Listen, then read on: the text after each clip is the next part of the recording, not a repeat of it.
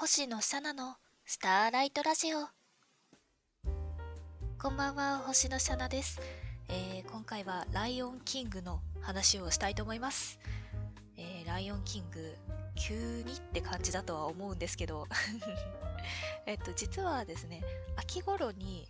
日本公開30周年の記念上映をやっておりまして、それを見に行ってきたんですよ。で、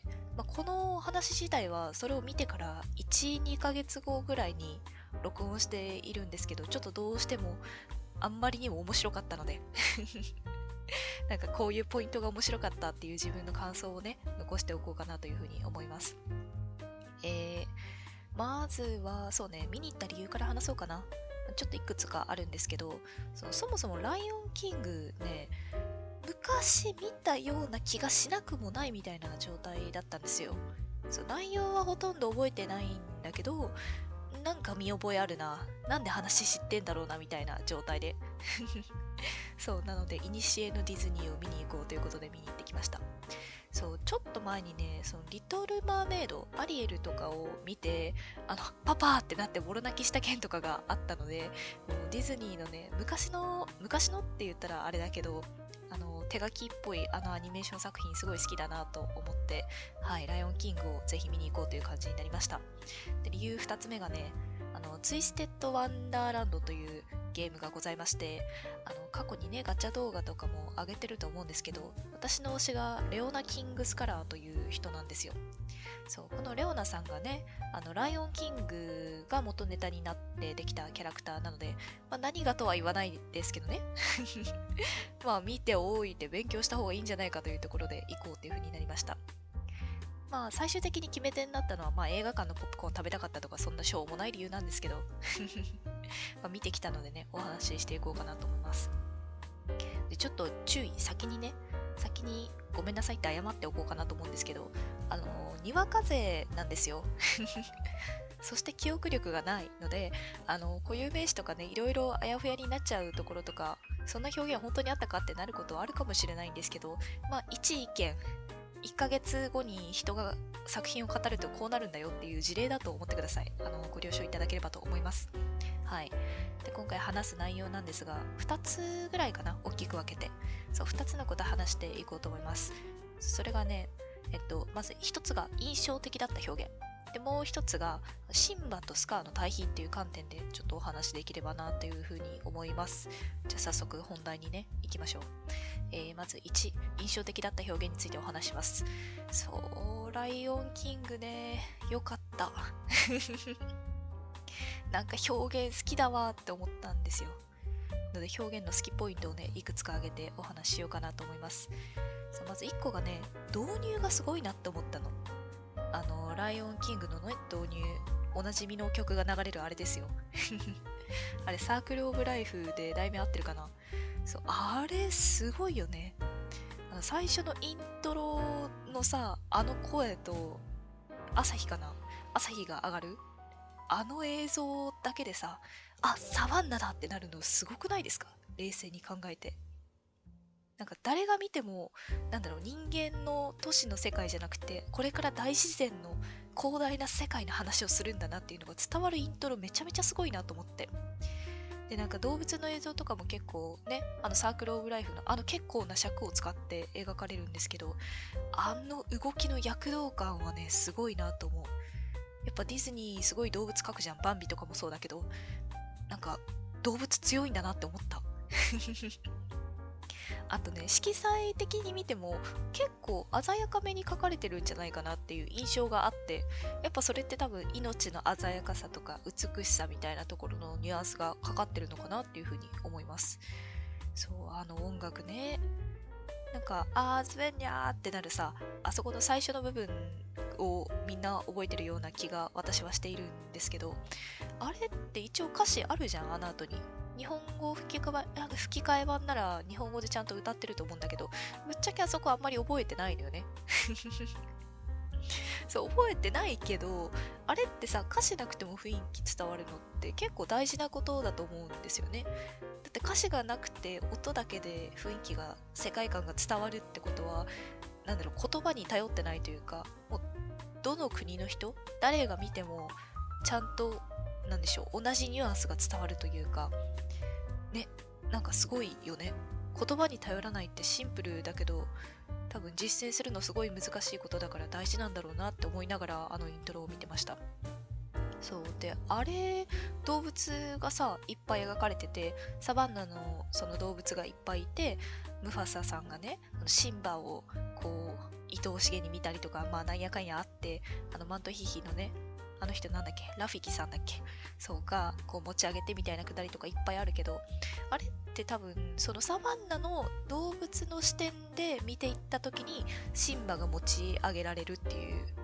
構図じゃないですか。だからなんか第三者視点と見せかけてサバンナの動物視点で描かれてるのかなっていう感じが個人的にしてて、そうだからちゃんとなんだろう、ピントがシンバに合うというか、結果的に最後の最後のシーンでシンバが主人公なんだってことが伝わるイントロはなんかすごいなって思った。だからなんだろう、表現がかっこいいとか広大ですごいとかはもちろんあるんだけど、必要な情報が言葉なしに伝わる、ストーリーが言葉で説明されなくても伝わるっていうところがすごいなって感じました。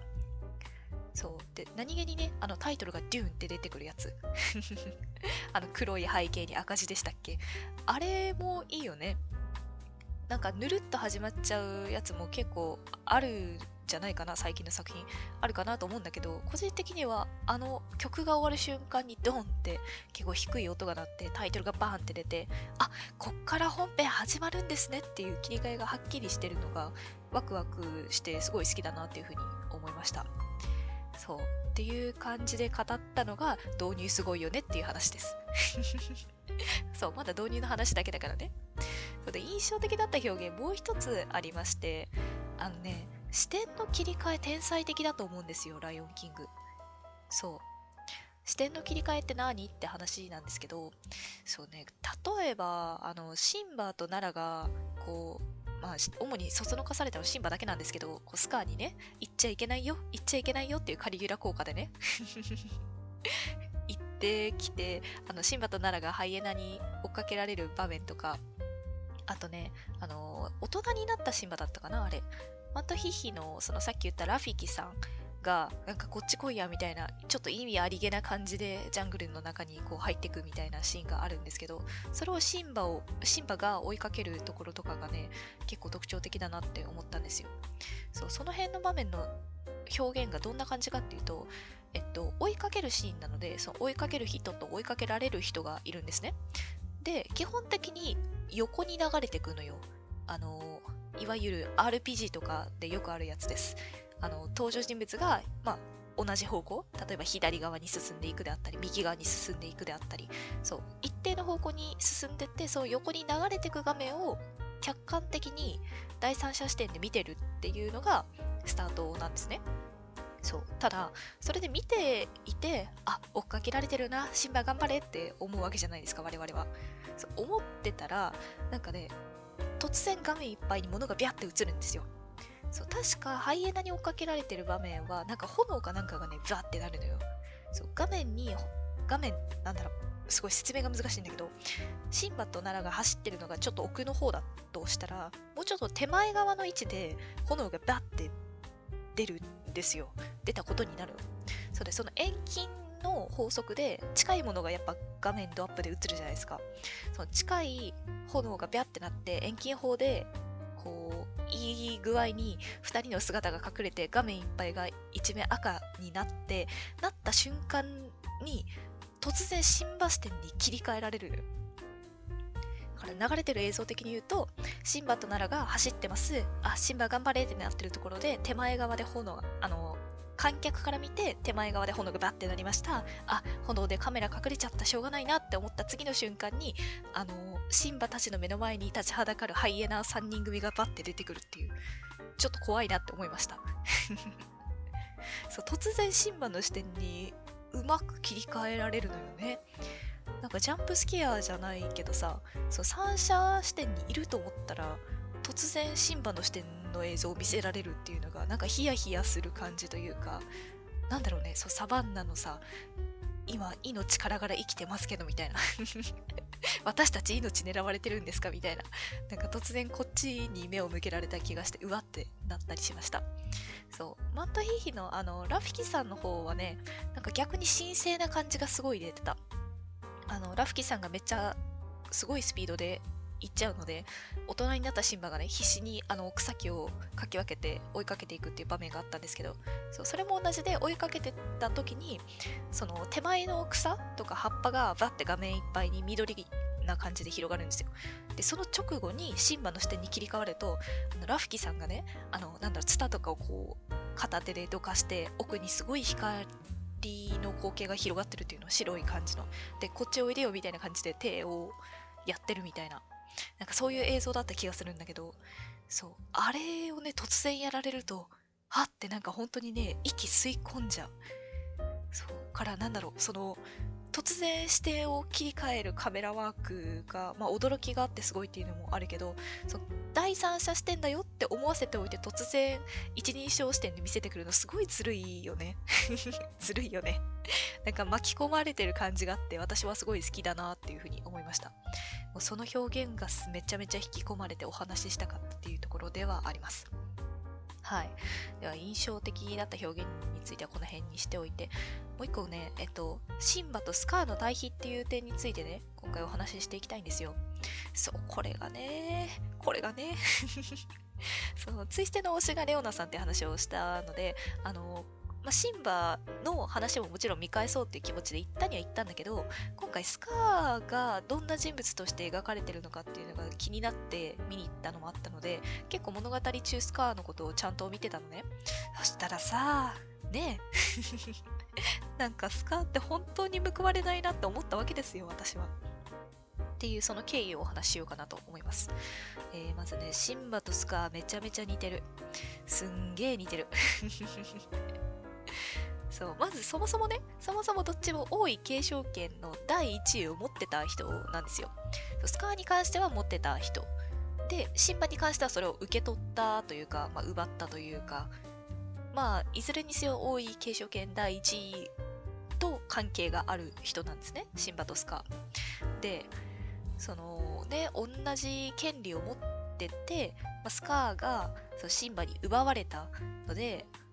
まあ、俺が王になるんだって言って、まあ、いろいろムファーサを殺してシンバも殺そうとしたり追い出そうとしたりいろいろするんですけど、そうなのよ、シンバとスカーね本当に似てるんだよ。持ち上げの構図というのがございまして、シンバがね王様になりたい早く王様になりたいっていう歌を歌う場面があるんですよ。で確かそこの最後の方で動物たちがめちゃめちゃタワーを作ってね持ち上げるんです、シンバのことを一番上に。そうで、まあシンバウハウハだなって思ってたらさその後ねスカーが、まあ、ハイエナと結託してるんですけど、そのハイエナさんたちとお話ししつつ、まあ、歌を歌ったりしつつみたいな場面があって、そこでもねスカーさんがシンバと同じぐらい高い場所に登るんです。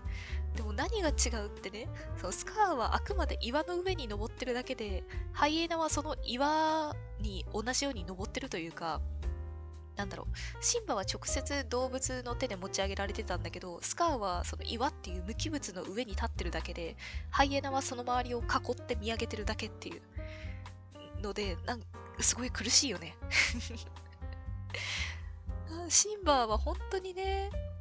人じゃないね、動物と一緒に生きてるんだなっていう感じがするけど、スカーはね、無機物の上に立ってる人なんだなっていうのがすごい感じられました。そう、でも同じ構図なのよ。同じ構図だからすごい2人、2匹は似てるのと思いながらやってました。でね、もう一個似てるところがあって、まあ、ライオンキングといえばみたいなところあるんですけど、ハクナマタタね。こちらハクナマタタ、とても重要なキーワードだと思います。そう、ハクナマタタっていうワード自体は割と中盤から後半にかけて出てくるんですけど、その国を出ることになったシンバがね、ティモンとプンバに出会って、もうここからどうしよう、もう僕生きていけないよみたいな感じの時に、ティモンとプンバが、まあ、ハクナマタタっていう言葉があってな、こういう風にして生きていくんだぜ、こういうことを心がけてはいけばいいんだぜみたいな話をして、まあ、シンバがね、一緒に生きていくというか、そう別の生活をこう営んでいくみたいなシーンがあるんですけど、そのハクナマタタの説明に関して周りが分かってくれないならそっぽ向いてやりゃいいんだよ。こっちから顔背けてやりゃいいんだよみたいな教えをするんですね。で、こちらなんと、ライオンキングの冒頭にも出てきているんですよ。はい、それが何かと言いますと、スカーなんですね。悲しいね。スカーがね、ザズとかムーファサとかとね、ちょっと仲違いというか、こじれてる場面が描かれるんですけど、そのムーファサにね、もうちょっとどうにかならんのかみたいな、お前の態度をどうにかせんかっていう風に諭される場面で、スカーがね、こう、ブイッとそっぽを向いて退場しようとするわけですよ。そうすると、ムーファサがね、王が話してるのに顔を背けるのかみたいなことを言うんですよ。背けてる人がいるんですね、ここに。それからシンバはそのプンバとティモンに出会ってハクナマタタっていう考え方を手に入れて、分かってくれないならそっぽを向けばそれは一つの生き方になるっていうのを知ったんですけど、もうそれをすでに実践している人物がいるというのがね、もう似てるよね、お二人とも。で、もう一個、これ最後なんですけど、似てる箇所を私が見つけたところがありまして、それが弱さっていうのかな。そう、シンバは自分の弱さを自覚したわけじゃないですか。そのハイエナさんに追っかけられて、最終的にはパパがね、助けに来てくれたことで生きて帰れたけど、自分はそのパパみたいにかっこよく撃退できないんだみたいな。そう、奈良を守れないし、自分の身も危ういしみたいなところですごい自分の弱さを自覚してる場面が1個。それからスカーにはめられてムファサが死ぬ場面ですね。自分は木にぶら下がってるしかできなくって、ムファサが最終的に飛び込んでみたいなくだりですよ。で、死体にねすがるんじゃないですか。もうすごい悲しいんだけどね、もう辺でちゃんとシンバが弱さを自覚して、結果的にその弱さ自覚したのが国を出た後の生き方につながっていくわけですけれども、そうっていう意味でシンバは弱さを自覚してる一人なんですね。で、スカーさんもまたこちら冒頭に戻るんですが、割と最初の場面でもう力じゃ勝てないっていうことをかなりはっきり言ってるんですよね、スカーさん。そう、ムファサにね脅されるなんて言っちゃいけませんね、国王のこと。もう力じゃ勝てませんから、もう僕には頭しかありませんからみたいな感じのことを確か言ってたんですけど、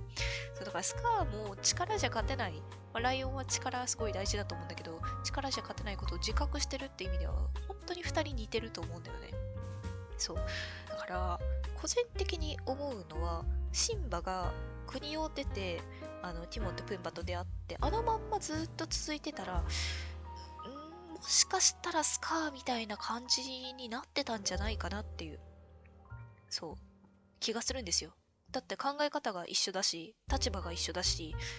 弱さを2人とも自覚しててね、同じような人生たどってる2人じゃないですか。だから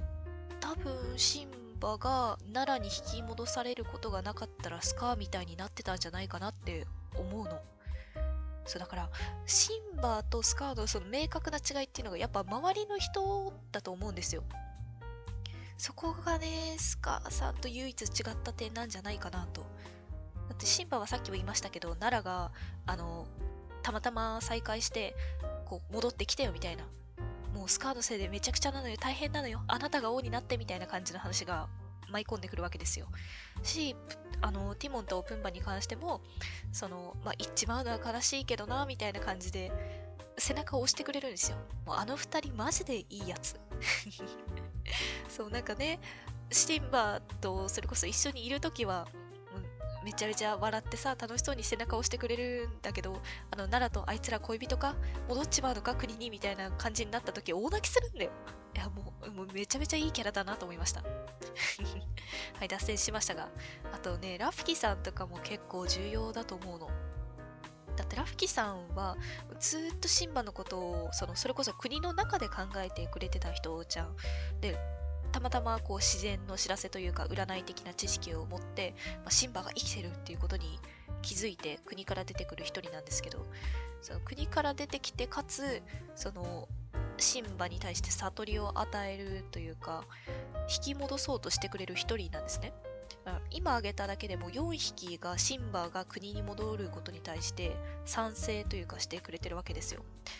だからなんかこう追いかけてきたり見守ったりこう信じ続けたりしてくれる人がいたっていうのは多分シンバとスカーの明確な違いだと思うんですよ。だってさ、スカーさんね、いやもうレオナさんが結構ひねくれてて、まあしゃあないなって思うところあったよ、あったけど、割と冒頭のそのスカーの周囲の人々ひどくない？そのなんか鳥さんがね、ザズーっていう鳥さんとか、あと兄貴ねムファサさんとか結構態度冷たくないっていうことにびっくりしたんですけど、そうなんかね、そりゃあんな距離の取られ方してたらね、こっちからそっぽ向きたくもなりますよ。多分ハイエナに関しても結託してはいたけど、あれも結局さ、ハイエナからスカーにやったんじゃなくて、賢いその頭を使って頭脳戦に持っていこうとしたスカーが結託しようぜって多分声をかけたわけじゃん。だからなんだろう、スカーに向かってきてくれる人がいなかったっていうのが多分スカーがああなっちゃった一番の要因なんじゃないかなというふうに思います。なのでね、スカーがシンバはもう恵まれてるっていう発言をねしてるんですよ。確かそんな感じの、そう恵まれた第一王子みたいな、なんかそんな感じだったと思うんだけど、そうだからもうシンバが恵まれてるっていうところにすごい納得しちゃった。なんかほんとそうだよなってなんかライオンキング一本見てこんなにシンバが恵まれてると思うとはね、思いもしなかったですね。はい、という感じです。スカーについてもうちょっと補足をするのであれば、なんかね、スカーさん、そもそも王になりたかったみたいな話をしてるんだけど、王になりたかったなら、もうシンバが生まれる以前にムファサ殺してればよかったんじゃないって私としては思うんですよ。そう。じゃあなんでそれがなされなかったかっていうと、そもそも王になりたかったは第一位の目的じゃないのかなっていう気がしていて、その怒りポイントをね、考えたんです。考えた結果、そのシンバに王位継承権第1位を奪われたことが、そのスカーにとって気に食わないことというか、だったのかなっていう気がしてます。だってね、王様になりたいなら、最初から邪魔なやつ殺せばいいし、ね、わざわざ本物の王と王位継承権第1位のやつ2人殺すの大変じゃん。から、なんか王になりたかったっていうよりかは、それ以前に、なんだろう、王位継承権第1位っていう、その立場が、なんだろう、スカーにとって意義のあるものだったんじゃないかなっていうふうに思います。だからなんか、野心というか子供みたいな嫉妬心なのかなって解釈はしてる。だから、王位継承権第1位っていうのが、なんだろうね、ムファサの下っていう位置じゃん。動物たちがね、こっちを見てくれないっていうのはもちろんあったと思いますよ。思いますけど、なんだろう、結局、ムファサとの関係性なのかなっていう気もしていて、そう、ムファサの次、自典を持っていたのに、そこを血のつながりだけでシンバに奪われたっていうのが、ね、何も知らないガキがみたいな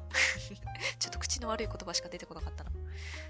ていうところなんじゃないかなって思うから、もうスカーが見てるものが最初からムファサじゃなくってシンバだったって考えると、そのムファサ、要するに今の王様じゃなくってシンバが対比校に置かれているのはすごい納得だなと思いましたというお話でした長々と語りましたね。いやもうね、語りきれてないこと多分いっぱいあるし、もうそれこそ 1,2 ヶ月見てから経ってるわけだから忘れてることもたくさんあると思うんだけど、いやー、やっぱディズニーアニメすげえっすねそう、最近ねちょっとその